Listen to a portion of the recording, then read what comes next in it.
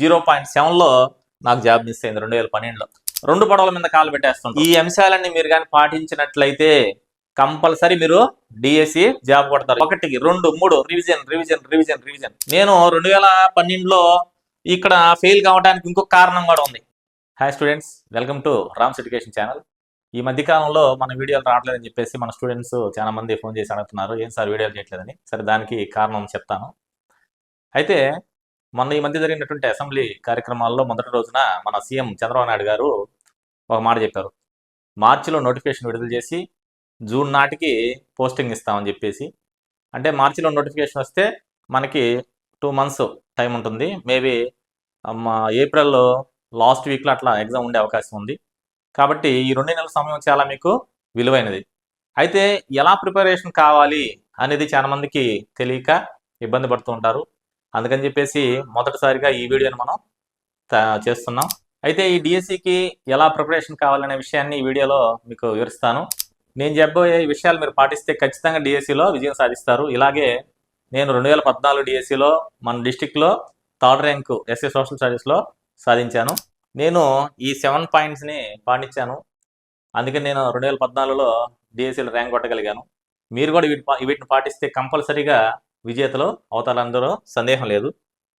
First point, ఏదైనా సాధించాలని తపన. ఇది మనలో సాధించాలి అనే కోరిక ఎంత బలంగా ఉంటే మీరు విజయానికి అంత దగ్గరగా ఉంటారు. అయితే చాలా మంది ఫస్ట్ అనుకుంటారు నేను అది చేయాలి ఇది చేయాలని చెప్పేసి, కానీ వాళ్ళు స్టార్ట్ చేసిన కొద్ది రోజులకే మళ్ళా వెనక్కి వెళ్ళిపోతూ ఉంటారు. అట్లా కాదు, మనం ఒకసారి డెసిషన్ తీసుకున్నామంటే దాని మీద మనం స్టిక్ ఆన్ అయి ఉండాలి.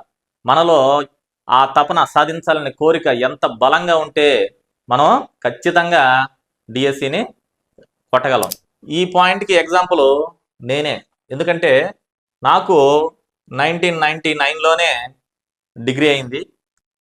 ఆ సంవత్సరంలోనే మా ఫాదరు చనిపోవటం, తర్వాత నేను బీఈడి ఎంట్రన్స్ రాశాను. కానీ చాలా బాగా చదివాను. కానీ అప్పుడు యూనివర్సిటీ మారిపోయింది. మామూలుగా ఎస్వి యూనివర్సిటీ ఇచ్చేది, కానీ కాకతీయ యూనివర్సిటీ ఆ సంవత్సరం పేపర్ ఇవ్వటం, నాకు ర్యాంక్ రాలా. సరే, తర్వాత కొన్ని కారణాల వల్ల మా మరదల్నే లవ్ మ్యారేజ్ చేసుకోవాల్సి వచ్చింది. ఆ తర్వాత 10 years అంటే వ్యవసాయం ఉంది మాకు, వ్యవసాయం చేసుకుంటూ ఎల్ఐసి ఏజెంట్గా చేశాను, కిరాణా షాప్ పెట్టుకున్నాం, చాలా చాలా కష్టాలు పడ్డాం. ఎట్లా అంటే బయటికి వెళ్తే అందరూ మా ఊర్లో అంతా ఎంప్లాయీస్. సరే, మా బంధువుల్లో ఎంప్లాయీస్ ఉన్నారు, వాళ్ళు వేరే విధంగా చూసేవాళ్ళు. నాకు చాలా బాధ అనిపించేది, ఏంది మనం ఇంత చదువుకున్నాం ఏం సాధించడం లేదు అని చెప్పేసి. అయితే 10 years కష్టపడి ఒక పొజిషన్కి వచ్చి ఆర్థికంగా నిలబడ్డాను. నిలబడ్డ తర్వాత నేను మళ్ళీ చదవాలి, ఏదో ఒకటి సాధించాలి అని చెప్పేసి అప్పుడు 2010లో బీఈడి చేశా. 2010-11 బీఈడి చేశా. బీఈడి చేసేటప్పుడే మా అదృష్టం ఏంటంటే ఆ సంవత్సరమే టెట్ పెట్టారు కొత్తగా, టీచర్ ఎలిజిబిలిటీ టెస్ట్ తెలుసు కదా, దాన్ని పెట్టారు. అది పెట్టిన తర్వాత ఫస్ట్ టెట్ నేను రాయాలి, అందరు రాశారు మా ఫ్రెండ్స్, కానీ నేను రాయలా. సరే మళ్ళీ రాద్దాంలే అనుకోండి, కానీ ఫస్ట్ టెట్ చాలా సులభంగా వచ్చింది. సెకండ్ టెట్ మీకు కొంతమందికి తెలిసి ఉండకపోవచ్చు, కానీ సీనియర్స్ వాళ్ళకి తెలుసు ఎంత టఫ్గా వచ్చిందో. అయినా కానీ కష్టపడి చదివి దాంట్లో 96 marks కొట్టా సెకండ్ టెట్లో. చాలా టఫ్ అది. అయితే నేను ఈ 10 ఏళ్ళ పడ్డటువంటి ఈ కష్టం, ఈ కసి నాలో బాగా పెంచింది. ఏదో ఒకటి సాధించాలని గట్టిగా అప్పుడే డిసైడ్ అయ్యా నేను. అట్లా ప్రతి ఒక్కరు కూడాను ఏదో ఒకటి సాధించాలని తపన ఎంత బలంగా ఉంటుందో, ఎంత మనలో ఆ కోరిక ఎక్కువగా ఉంటుందో మనకి సంకల్పం అనేది సిద్ధిస్తుంది. నెక్స్ట్ ఇంకో పాయింట్ ఏంటంటే సరైన గోల్. చాలా మందికి సరైన గోల్ ఉండదు. ఎట్లా అంటే 2 పడవల మీద కాలు పెట్టేస్తుంటారు. ఫర్ ఎగ్జాంపుల్ ఏంటంటే ఇక్కడ నేను 2011లోనే మాకు టెట్ పెట్టారు. ఆ టెట్ ఫస్ట్ టెట్ రాయలేదు కదా, నేను సెకండ్ టెట్ రాశాను, ఓకే క్వాలిఫై అయ్యాను. 2012లో మళ్ళీ డిఎస్సి వచ్చింది. డిఎస్సి వచ్చిన తర్వాత కూడా ఒక టెట్, 3వ టెట్ కూడా పెట్టారు, మళ్ళీ అవకాశం ఇచ్చారు. అయితే 6 months ఉంది, 6 నెలలే ఉంది సమయం. నేనేం చేశాను, టెట్ 3 months, సరే డిఎస్సికి 3 months అనుకొని. అంటే మా ఫ్రెండ్స్ ఏం చెప్పారంటే, అరే బాబు నీకు వచ్చిన 96 marks సరిపోవరా, నువ్వు టెట్లో ఇంకా ఎక్కువగా మార్క్స్ స్కోర్ చేయాలంటే సరే ఓకే అని చెప్పేసి నేను ఈ 3 months బాగా కష్టపడ్డాను. Okay, success సాధించా. 112 మార్కులు వచ్చాయి 3వ టెట్లో. అయితే ఈ డిఎస్సికి నాకు రివిజన్కి సమయం సరిపోలా. దానివల్ల నాకు 2012లోని జాబ్ రావాల్సింది జస్ట్ 0.7 0.7లో నాకు జాబ్ మిస్ అయింది 2012లో. అంటే నాకంటే అంటే మా కేటగిరీలో బీసీఏలో 3వ వ్యక్తిని అయ్యాను నేను. Last final kilo half mark పోయింది, అప్పుడు జాబ్ పోయింది. చాలా బాధ వేసింది నాకు. సరే వెంటనే నేను మళ్ళా తేరుకొని మళ్ళా డిఎస్సికి ప్రిపేర్ అయ్యా. ఇంకో విషయం ఏంటంటే ఇక్కడ కొంతమంది ఏం చేస్తారంటే ఎస్జిటికి అదేవిధంగా స్కూల్ అసిస్టెంట్కి రెండింటికి ప్రిపేర్ అవుతుంటారు. అది కరెక్ట్ కాదు. అదేవిధంగా కొంతమంది తెలుగుకి ప్రిపేర్ అవుతుంటారు, సోషల్కి ప్రిపేర్ అవుతుంటారు. ఇట్లా 2 పడవల మీద కాళ్ళు పెట్టద్దు. మీకు సరైన గోల్ ఎంచుకోండి. ఏదైనా సరే ఒకటే, అది స్కూల్ అసిస్టెంటా, ఎస్జిటినా, లేకపోతే ఏదైనా సరే ఒక సోషల్ అయిన తీసుకోండి, లేదంటే తెలుగా, అట్లా ఏదైనా సరే ఒక్కటి మాత్రం, ఒక్క గోల్ మాత్రమే పెట్టుకుంటే అప్పుడు మీకు సక్సెస్ అనేది కంపల్సరీ వస్తుంది. ఫస్ట్ పాయింట్, ఏదైనా సరే సాధించాలని తపన బలంగా ఉండాలా. 2వ పాయింట్, సరైన గోల్ ఉండాలా. అదేవిధంగా మనకి సాధించాలన్న కోరిక ఉంది, బలంగా ఉంది, సరైన గోల్ ఉంది, కానీ చక్కటి ప్రణాళిక, ప్లానింగ్ అనేది ఉండాలి. కంపల్సరీగా మనకి ఒక ప్లాన్ అనేది ఉండాలి. దానికోసం మనం ఒక టైం టేబుల్ అనేది ఖచ్చితంగా మనమే ప్రిపేర్ చేసుకోవాలి. మనకి కొన్ని సబ్జెక్ట్స్ బాగా ఇష్టం ఉంటాయి, కొన్ని కఠినంగా అనిపిస్తూ ఉంటాయి. అయితే మనకి కొంతమంది ఏం చేస్తారంటే బాగా ఇష్టం ఉండే సబ్జెక్ట్ని ఎక్కువసేపు చదువుతారు, అదేవిధంగా కఠినంగా ఉండే సబ్జెక్ట్ని తక్కువసేపు చదువుతారు. అది కరెక్ట్ కాదు. మనకి కష్టంగా ఉండే సబ్జెక్ట్కే ఎక్కువ టైము కేటాయించుకోవాలి. ఇంకోటి ఏంటంటే మనం అసలు మార్నింగ్ ఎన్ని గంటలకు వేయాలి, మనం మళ్ళీ నైట్ ఎన్ని గంటలకు కొనుక్కోవాలి, ఈ మధ్య ఏ సబ్జెక్టులు ఎంత మేరకు కేటాయించుకోవాలి టైము అని చెప్పేసి మొత్తం టైం టేబుల్ చక్కగా ప్లాన్ చేసుకోవాలి. కనీసం రోజుకి 12 నుంచి 13 గంటలు చదవాలి. కనీసం 12-13 గంటలు చదివితే కన్ఫామ్గా జాబు నీదే. నేను చదివా, కనీసం 13-14 గంటలు చదివా రోజుకి. ఇంకోటి, మనం ఎంత మేరకు ఎఫర్ట్స్ పెడుతున్నాం, మన కృషి ఎంత మేరకు చేస్తున్నాం. మనం డివియేషన్ కాకూడదు. నేను 2012లో ఇక్కడ ఫెయిల్ కావడానికి ఇంకొక కారణం కూడా ఉంది. నేనేం చేశానంటే, మాకు వ్యవసాయం ఉందని చెప్పాను కదా, నేను డిఎస్సికి ప్రిపేర్ అవుతానే దీన్ని వదులుకోవాలా. వ్యవసాయం కూడా చేశాను, అదేవిధంగా టెట్కి డిఎస్సికి ప్రిపేర్ అయ్యా. టెట్లో స్కోర్ పెంచా, 116 మార్కులు కొట్టా, కానీ డిఎస్సిలో మార్కులు స్కోర్ చేయలేకపోయాలి. రివిజన్ చేసేదానికి నాకు టైం సరిపోవాలా. అంటే నాకు కొంత డివేట్ అయింది అక్కడ. నా పూర్తి శక్తి సామర్థ్యాలను పెట్టలేకపోయా. అక్కడ వ్యవసాయం చేయడం అనేది రాంగ్ అనిపించింది, తర్వాత అనిపించింది నాకు అట్లా చేయడం కరెక్ట్ కాదు అని చెప్పేసి. అంటే మనకి మన యొక్క పూర్తి శక్తి సామర్థ్యాలు దాని మీదనే ఫోకస్ చేయాలి. మన యొక్క గోల్ ఏదైతే ఉందో దాని మీదే ఫోకస్ పెట్టినప్పుడు ఖచ్చితంగా విజయం అనేది మనకి బానిసై తీరుతుంది. ఇంకొక విషయం ఏంటంటే, చాలా మంది చేసే తప్పు ఏంటంటే రివిజన్ చేయరు సక్రమంగా. 1, 2, 3 రివిజన్ నిన్ను సక్సెస్ చేస్తుంది. ఇంకో విషయం ఏంటంటే, మనం చదివిన అంశాన్ని పదే చదవటం వల్ల మనకి అది బాగా మైండ్లో గుర్తుండిపోద్ది. చాలా మంది ఏం చేస్తారంటే మోడల్ పేపర్స్ చేయరు. ఎవరినైనా మీరు సక్సెస్ అయిన వాళ్ళని ఎవరినైనా అడగండి, ఖచ్చితంగా వాళ్ళు model papers number of model papers చేసి ఉంటారు. నేను సుమారుగా అప్పుడు 100 పేపర్ల దాకా చేసి ఉంటా.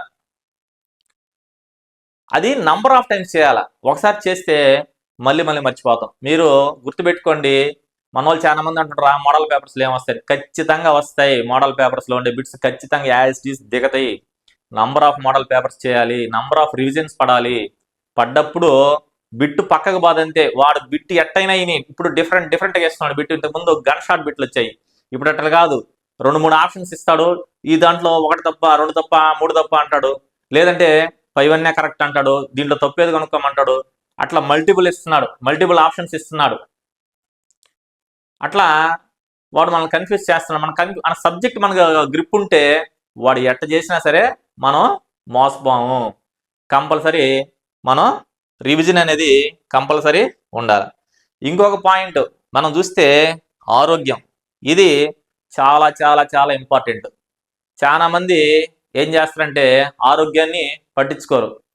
ఎప్పుడైతే మనం ఆరోగ్యం మీద ఫోకస్ పెట్టమో ఆ లాస్ట్కి వచ్చేసరికి మనం చాలా ఇబ్బందులు పడతాం. నేను చూసాను నా ఫ్రెండ్స్లో చాలా మంది. మా ఫ్రెండ్ ఒక అతను రమేష్ అని చిత్తూరు నుంచి వచ్చాడు మేము ప్రిపేర్ అయ్యేటప్పుడు.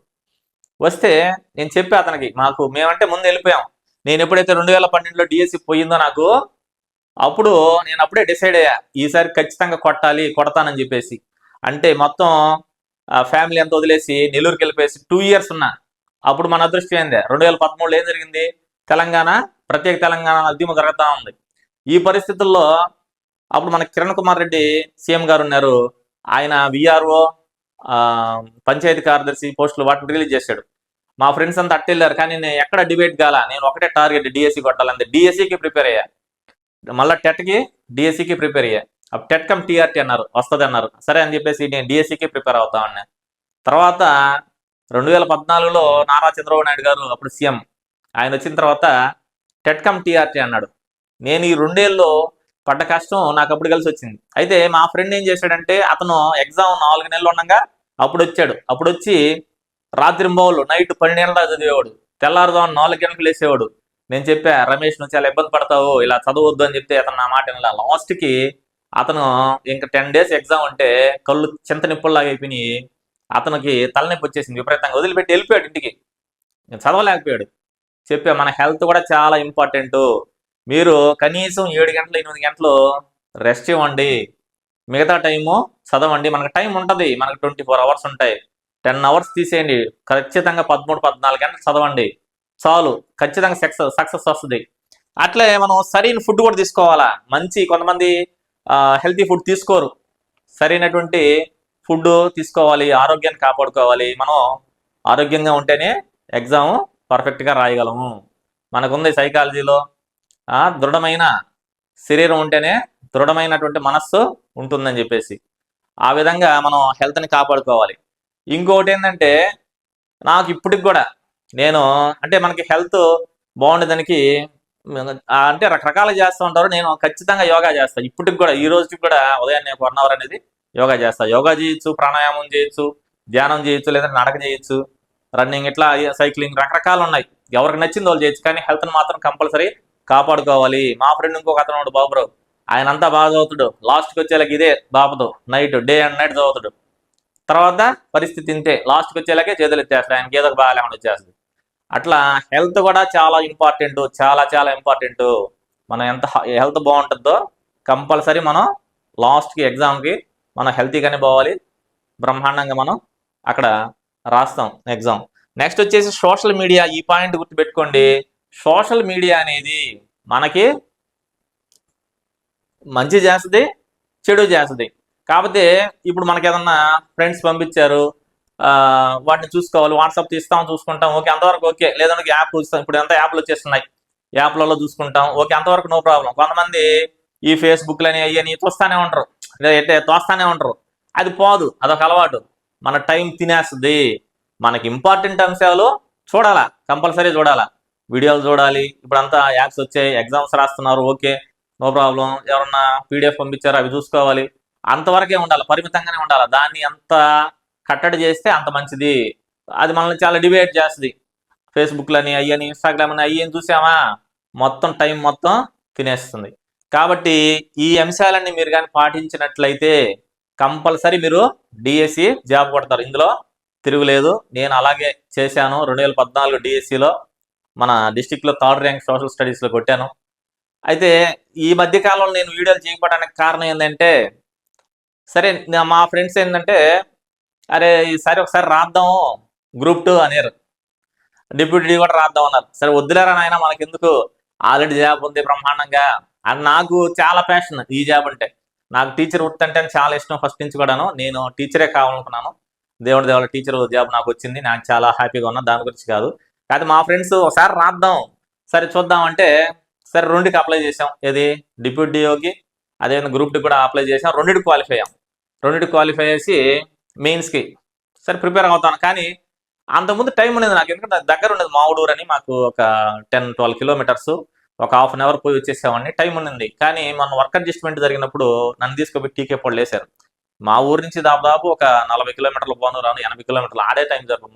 మార్నింగ్ 7:30కి పోయినంటే సాయంత్రం 5-5:30కి 5:30 అయిపోద్ది ఇంటికి వచ్చేలాగా. సరే అప్పటికి కూడా కొంత అంటే నా పూర్తి ఎఫర్ట్ పెట్టలేకపోయినాను, నాకు అర్థం అవుతా ఉంది.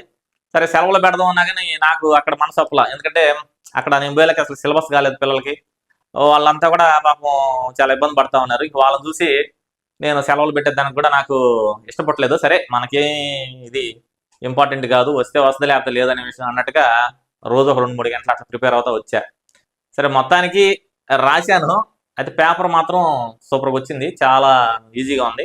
ఎఫర్ట్ పెట్టి చదివిన వాళ్ళకి మాత్రం కంపల్సరీ అది 200 అబవ్ పేపర్ అది. నేను కూడా పర్వాలేదు బాగానే రాశాను.